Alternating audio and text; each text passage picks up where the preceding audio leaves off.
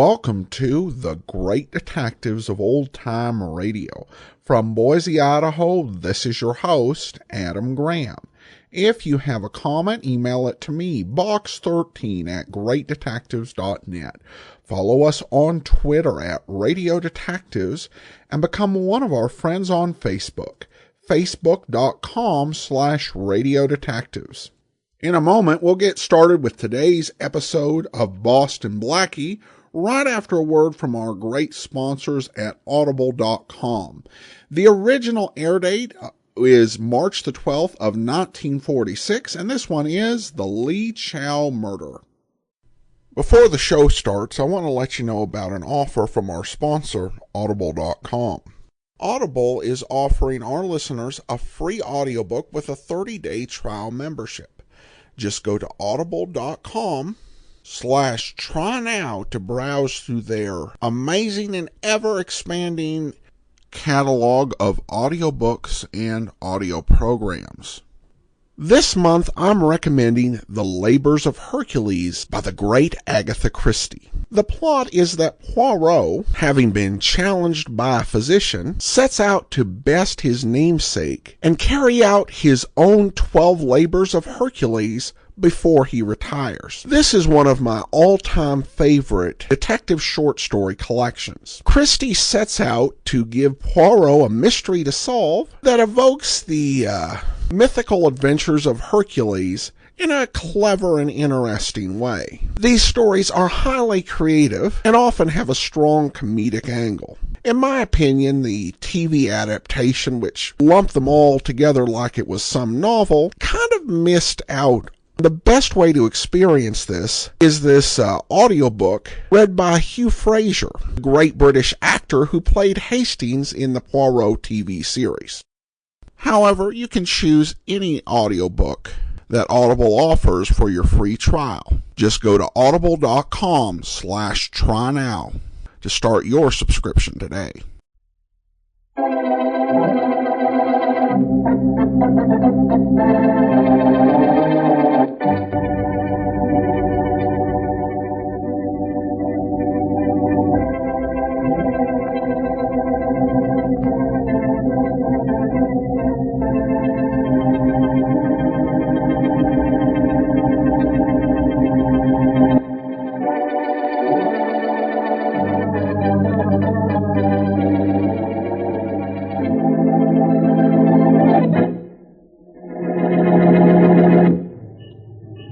Some traffic jam, eh, driver? What'd you say, mister?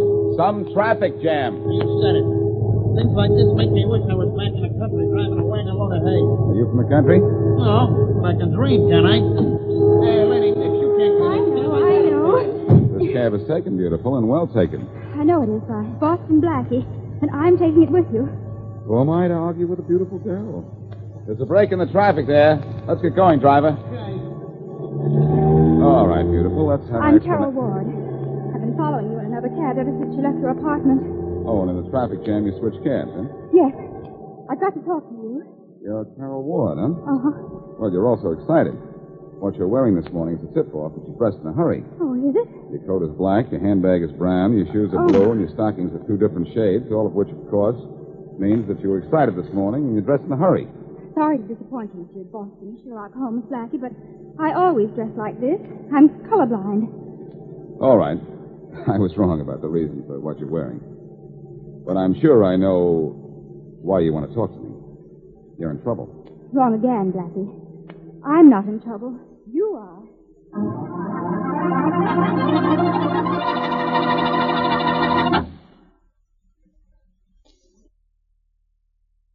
As Boston Blackie, enemy to those who make him an enemy, friend to those who have no friend.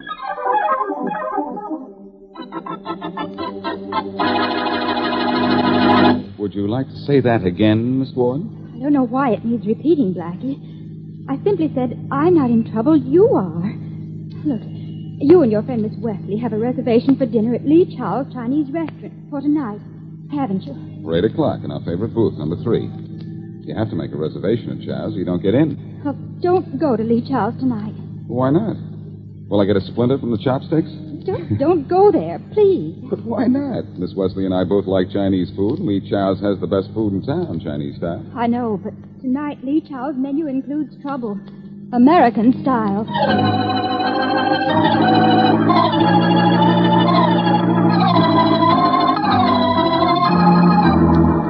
Blackie, maybe that Miss Ward knew what she was talking about. Let's not go in. I'll tell you something, Mary. Before Miss Ward came to see me, I was thinking of canceling our reservations here and taking you to McGoldrick's for steak.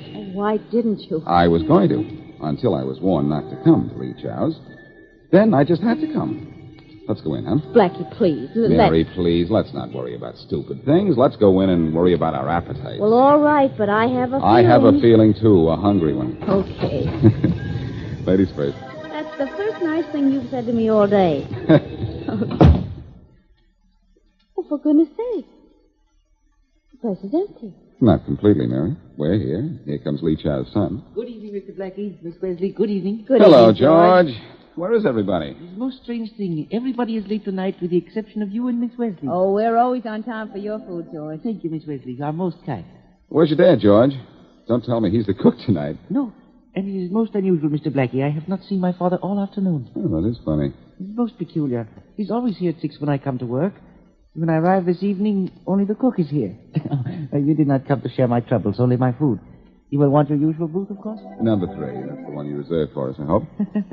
Does not seem like Tuesday night if you're not in booth number 3 with Miss Wesley. Well, that'll be his last Tuesday if he's in booth 3 with a girl who isn't Miss Wesley. I will draw the curtains for you. Thank you. Blackie, look on the floor. I see it, Mary. It's George, It's my father. I guess you'd better close up shop tonight, Father. George. Your father's dead.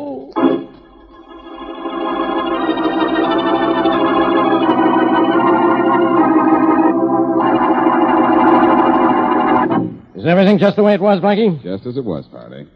You didn't touch anything. Only the body, Faraday. See, it was dead, and the telephone to call you up. You, know the dead man? Yes, he's Lee Chow. He owned the place. Well, he doesn't own anything anymore. George, I guess this place will go to you now, won't it? Yes, it will. My father's only living son. What happened to the others, Chow? There was only one other. He was a member of Armed Forces of the United States. Killed in Germany. Well, too bad. Sorry to hear that. Who do you think could have killed your father, George? You mean, who was his enemy? My father had many friends, but no enemies. Then I guess we'll have to see his friends about this. You're not seeing anybody, Blackie. But you're going to let me help you on this, aren't you, Faraday? After all, I found the body. That's why I'm taking over from here. Oh, now, Faraday, don't tell me this is going to be that old routine again. You're not trying to say that just because I found the body, I'm the killer. No, but you're coming to headquarters as a material witness. I think I know who my killer is. You're looking at me, Inspector Faraday. Sure. I look at everything when I'm on a murder case. The restaurant was empty when Blackie came in here. Why? All tables and booths are reserved. All parties are late with the exception of Mr. Blackie and Miss Wesley. Okay, Chow. I want you at headquarters for questioning.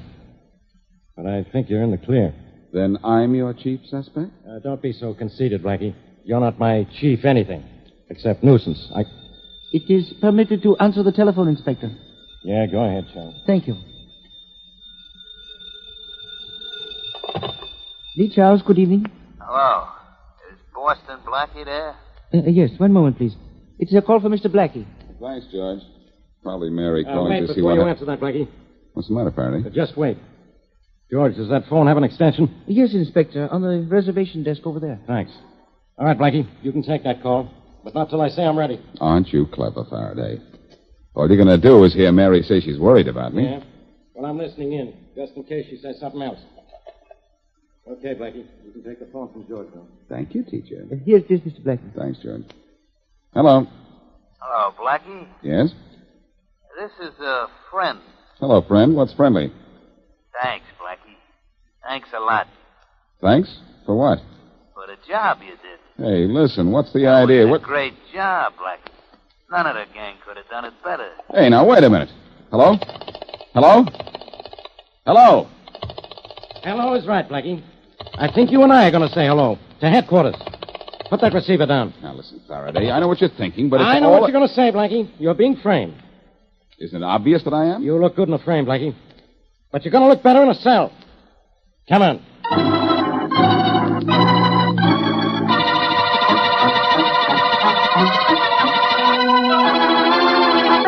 No, I'm sorry. This is the Smith Rogers Publishing Company. You must have the wrong number. Yes, now you were saying, Rogers. And I'm a little upset, Smith. Aren't we delaying our publication an awfully long time? Yes, we are. But you yourself know how difficult it is to get paper. Yes, I know. And I haven't as yet been able to make a suitable contract with the printing house. But we must, Smith, and soon. We will, Rogers, we will. But we have to do this thing right if we expect to make a reasonable profit out of it. I'm not interested in the money I'll make on this, Smith, and you know it. I'm letting you use my name because you said it would help, but I think our proposed book is a very worthwhile enterprise. It is worthwhile, but let me handle this my own way. I agreed to that when you came to me with the idea, but how soon will we be ready to publish? Well, here's the situation as it now stands. There are probably 10,000 families in this city who lost sons in the war. Yes. If half of them buy the memorial ads in our book, then I'd say we were almost ready to publish. How many have purchased ads for their sons so far? Only about 1,800 to date. So you see, if our book is to be a truly representative memorial to our war dead, we must get a few thousand more ads before we publish. I suppose you're right. We've postponed the publication date so many times.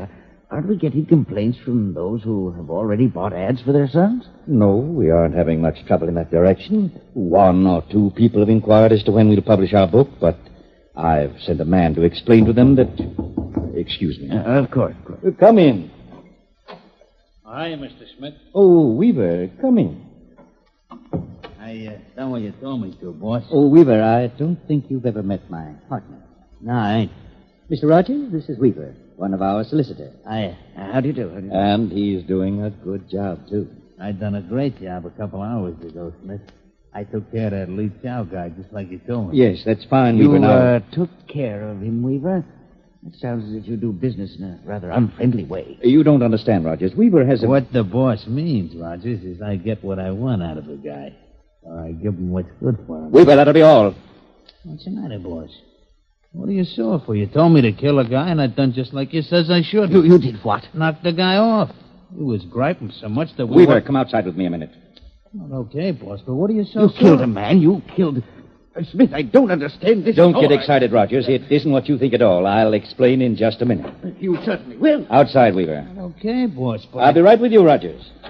Boss, what's the matter? Just answer a few questions, Weaver. Did you kill Lee Chow? Sure, boss.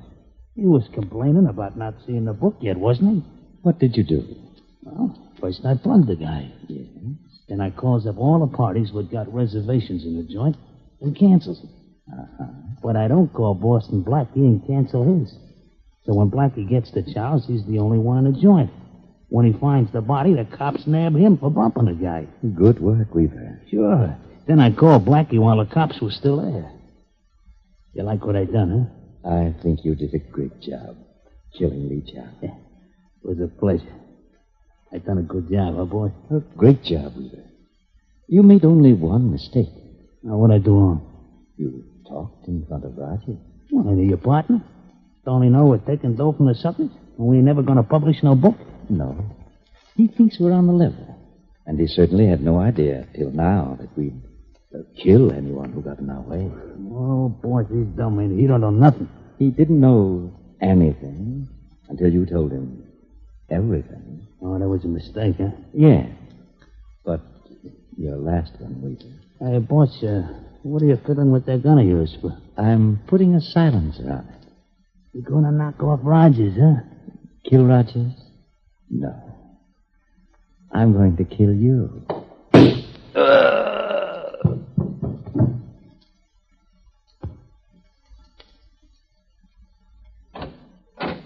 Now, Rogers, where were we?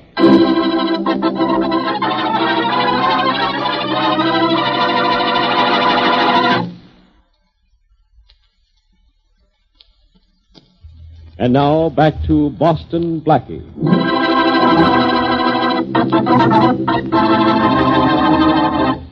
Blackie and Mary Wesley have a reservation for dinner at Lee Chow's.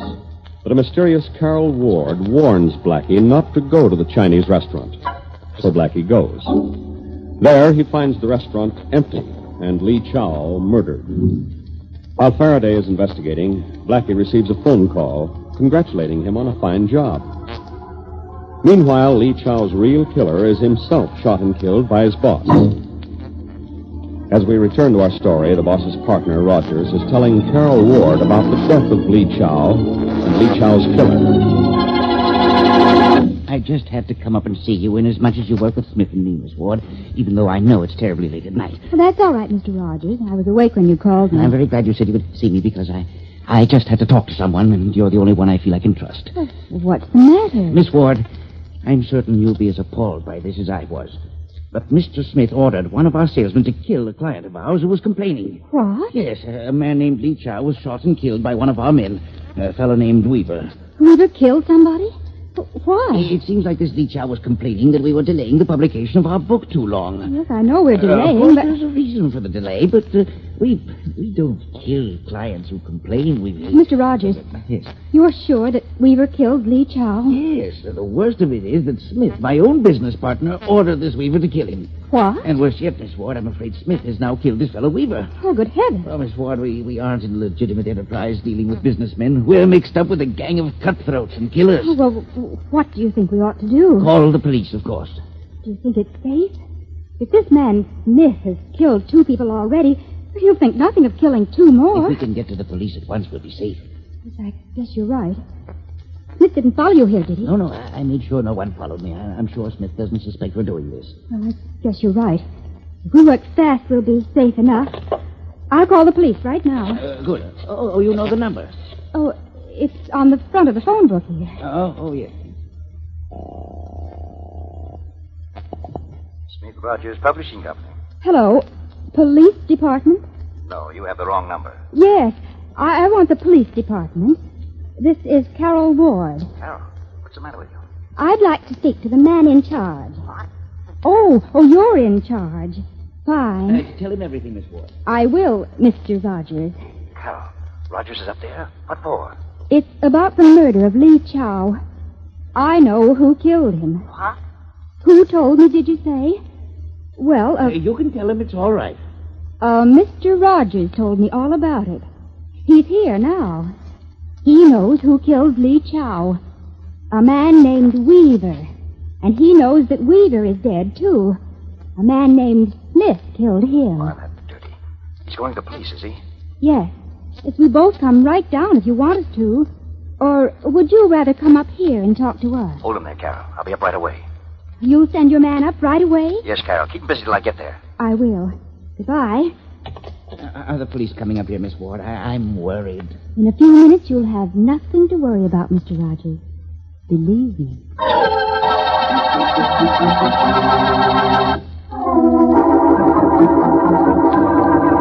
Look, Faraday, how much longer do I have to sit in your office and look at that dumb face of yours? Did you tell me what you know about Lee Chow's death, Blackie? I told you all I knew 5 minutes after we got here. I don't know who killed him or why he was killed. Well, give me a good answer to just this one question, will you? Why did you find the body? Because I was the first one in the restaurant. Ah, you've said that before. Well, it's the truth. All right, answer this.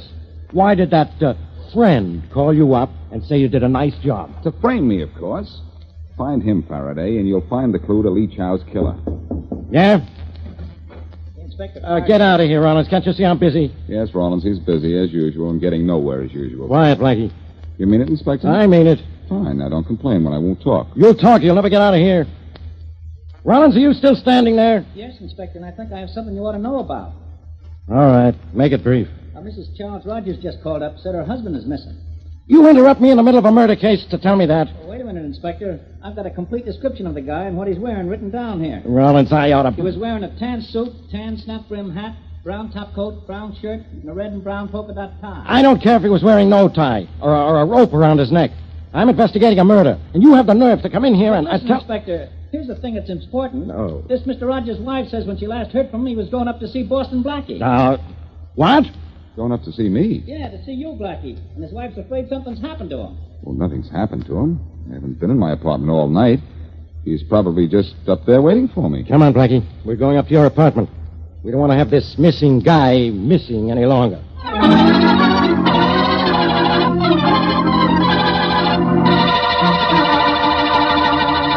Faraday, what makes you think Rogers is still waiting for me in I here? just have a hunch. That's all. Now, come on, let's go in. Faraday, one of these days your hunches are going to bend you double. After you. Mm-hmm. See? I told you it'd still be here. Well, what do you know? I'm asleep on my best couch, too. Hey, Rogers, wake up. Sure, that guy sleeps like a dead man, Blackie. It seems to me as Hold if... it, Friday. He sleeps like a dead man because he is a dead man. Look at that bullet wound. Uh-oh. Well, this is one you can't blame on me. I've never seen this guy before or heard of him. And I've been in your office most of the night. Yes, I know. This guy hasn't been dead more than a half hour. I wonder if he's really the missing man. Looks as if he is to me, Faraday. He answers his wife's description. Tan suit, tan snap brim hat, brown top coat, brown shirt, and green and brown polka dot tie. Yeah, it fits all right. Then I guess I'll have to call Mrs. Wait a Rogers. minute, Faraday. Do you have Rogers' description that Rawlins wrote down for you? Sure. Here. Top page on this pad. Let me see it. Thanks.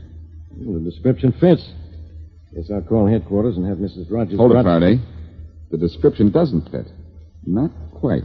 What do you mean, not quite? According to the Rawlins note, Mrs. Rogers described her husband's tie as being red and brown polka dots. Look at it, Faraday. It's green and brown polka dots. So what? Maybe Mrs. Rogers is colorblind. Maybe. But someone I know is definitely colorblind. Carol Ward. Faraday, when we found Rogers' body here, I didn't think it had any connection with Lee Chow's murder. But now I do. And the connection is a girl named Carol Ward.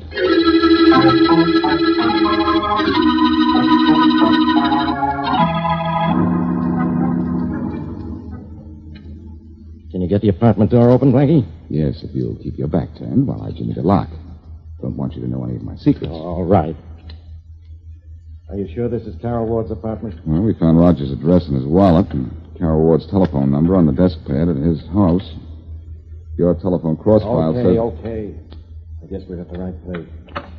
Door's as good as open, Faraday. Now it is open. We've got to go in carefully. Someone might be waiting for us in here. I doubt it, Faraday. I made enough noise jimmying the lock to send anyone here out the window. Yeah, I guess you did. I wonder where the light switch is. I think I have it. There. Thanks to me and Mr. Edison, we can see what we're doing. Yeah? What are we doing? Waiting.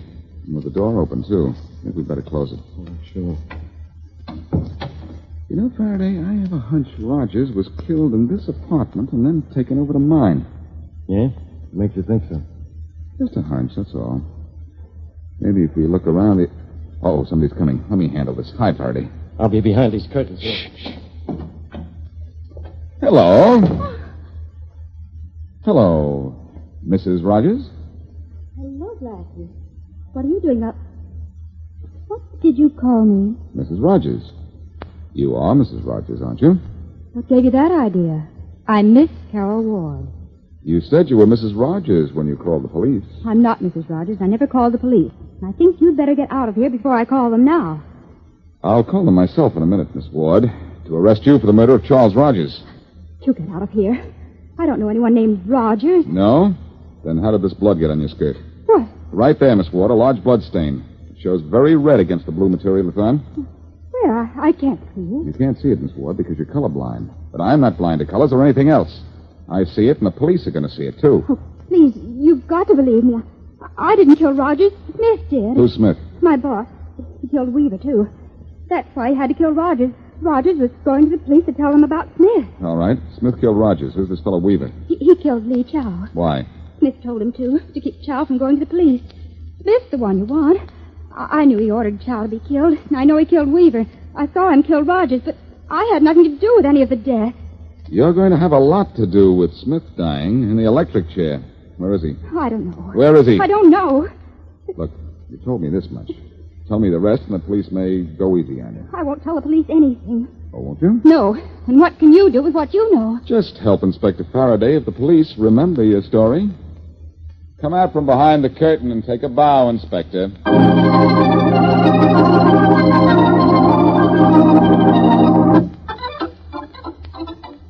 Daddy Blackie, tell me a story.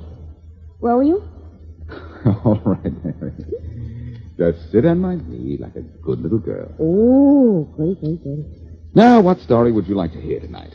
3 Bears? Oh, no. I would like to hear the story about the 3 murders. All right. Once upon a time, in fact, just a few hours ago, A big, dumb, but lovable cop named Faraday made a bad little girl named Carol Ward tell him where he could find a very bad man named Smith. Oh, was Smith very, very bad? Yes, Daughter Mary.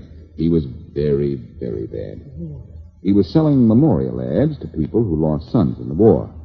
He was promising them to publish these ads in a book. But the awful bad Mr. Smith was going to keep the people's money and never publish the book. Oh, Daddy Blackie. He was going to scramble the dough, wasn't he? Daughter, such language. Yes, he was going to scramble the dough. Well, did he? No, he didn't. Because a very handsome, brave, courageous, and brilliant young hero named Boston Blackie caught him before he could get away. Oh, our hero. Was it exciting? Very exciting. This handsome and brave and brilliant Boston Blackie pulled a gun on the very bad Mr. Smith, and with a dumb but lovable cop named Faraday, took him off to jail. How bad was Mr. Smith? Very. He put a dead man's body in the handsome Boston Blackie's apartment, and the very bad man had Carol Ward phone the police to put the blame on Blackie. But luckily, Blackie and Faraday were together when the call came in. Gosh. And the very bad Carol Ward first warned Blackie not to go to Lee Chow's, knowing that would make him sure to go. It seems this bad little girl was very colorblind. So, later to make her confess, Blackie said there was blood on her skirt. And because she had a guilty conscience, she looked. And was there a blood stain on the bad little girl's skirt? Nope. The handsome Boston Blackie was telling a white little fib. Gee, whiz, gosh and golly. And what happened to the money the very bad Mr. Smith took from the innocent people? Every cent of it is going back to them. And that's how the story ends, huh? Yes, daughter. Except that everybody lived happily ever after, except Mr. Smith and Carol. And they aren't going to live very happily or very long either.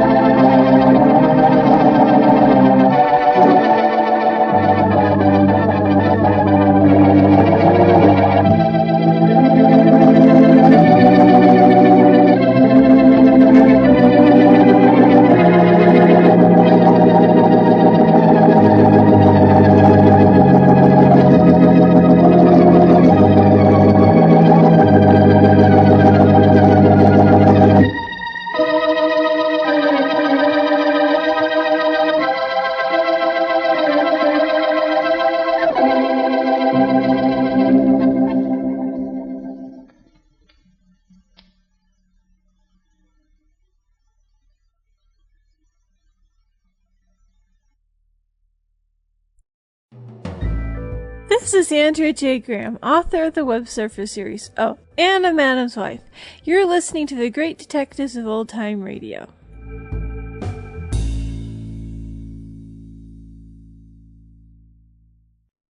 Welcome back. Well, this episode is one of those stories where it's much more a case of Blackie battling some witless criminals as opposed to Blackie doing something clever.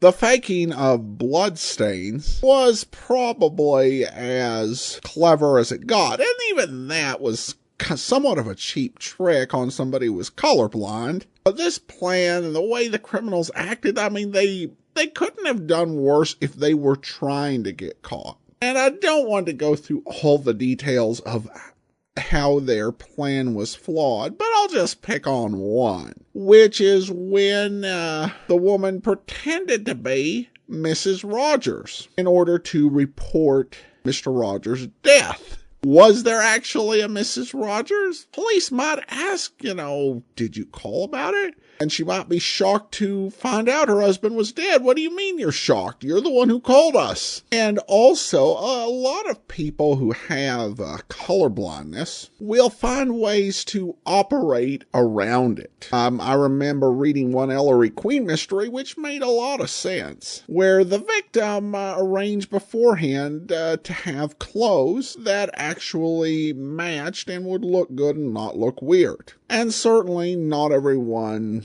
who's colorblind will go to that degree. But she seems to forget she's colorblind and seems to make no effort to work around that or to minimize that, which is kind of a neat idea if you're going to be a criminal. Also, kind of a little funny game that Blackie and Mary played at the end. It was certainly more entertaining than plain exposition to explain what happened when Blackie and Faraday confronted the actual killer. I was also a little disappointed in Faraday, who really fell for a very obvious frame, because it'd be like, go ahead and I'll commit the murder, and then I'll have you call and congratulate me while I'm at the crime scene, because that's a thing murderers do. At any rate, we do turn to listener comments and feedback.